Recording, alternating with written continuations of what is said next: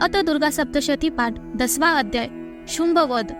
महर्षि मेधा बोले, अपने परम प्रिय भाई निशुंभ की मृत्यु देखकर तथा अपनी सेना को मरता देखकर शुंभ क्रोधित हो कहने लगा, अरे दुष्ट दुर्गे, बल के घमंड से गर्व मत कर।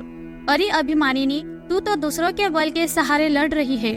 देवी बोली, अरे दुष्ट, देख मैं अकेली हूँ, संसार में मेरे समान दूसरा कोई नहीं।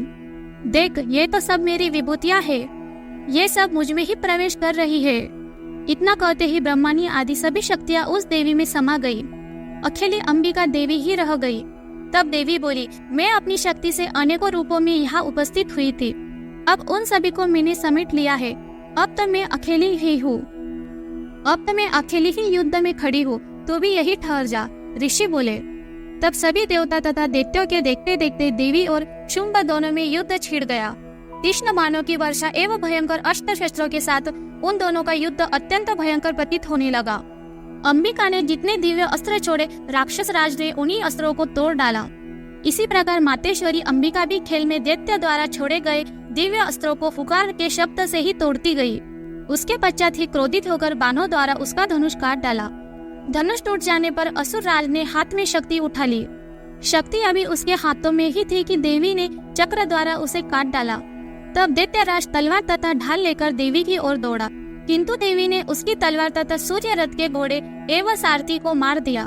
धनुष के कटने के पश्चात वह दैत्य भयानक मुद्गर लेकर अंबिका को मारने के लिए तैयार हो गया, किंतु देवी ने उसके मुद्गर को अपने तीखे बाणों से काट दिया।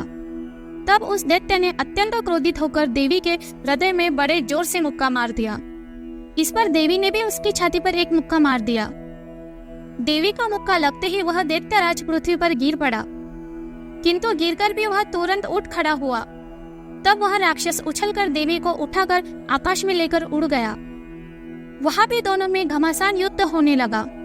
आकाश में इस प्रकार दैत्य तथा चंडिका को आपस में लड़ते हुए देखकर ऋषि मुनि विस्मय में पड़ गए। उन्होंने पहले कभी ऐसा युद्ध नहीं देखा था। तब अंबिका ने काफी देर तक युद्ध करते करते दैत्य को उठा लिया और उसे मारकर पृथ्वी पर पटक दिया। देवी द्वारा पटका हुआ वह दैत्य पुनः पृथ्वी पर खड़ा हो गया और देवी को मारने की इच्छा से बड़े वेग से दौड़ा। तब उस दैत्यराज को अपनी तरफ आता हुआ देखकर देवी ने उसकी छाती में त्रिशूल भोंक दिया और उसे पृथ्वी पर गिरा दिया।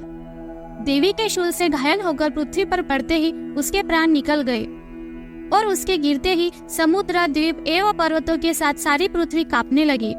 उस दुष्ट के मरते ही सारा संसार स्वस्थ एवं प्रसन्न हो गया। आकाश भी निर्मल हो गया। समस्त भूमंडल पर उपद्रवी मेघ उठ रहे थे तथा उल्कापात हो रहे थे, वे सभी शांत हो गए। दैत्य के मारे जाने पर नदियां भी अपने अपने ठीक मार्ग पर चलने लगी। उसकी मृत्यु के पश्चात सभी देवता प्रसन्न हो गए एवं गंधर्व मनोहर गायन करने लगे। दूसरे गंधर्व बाजे बजाने लगे, अप्सराएं नाचने लगे, शीतल एवं सुगंध पवन चलने लगी, सूर्य की कांति चमकने लगी, अग्निशालाओं की अग्नि स्वयं जलने लगी। दशों दिशाओं का वातावरण शांत हो गया।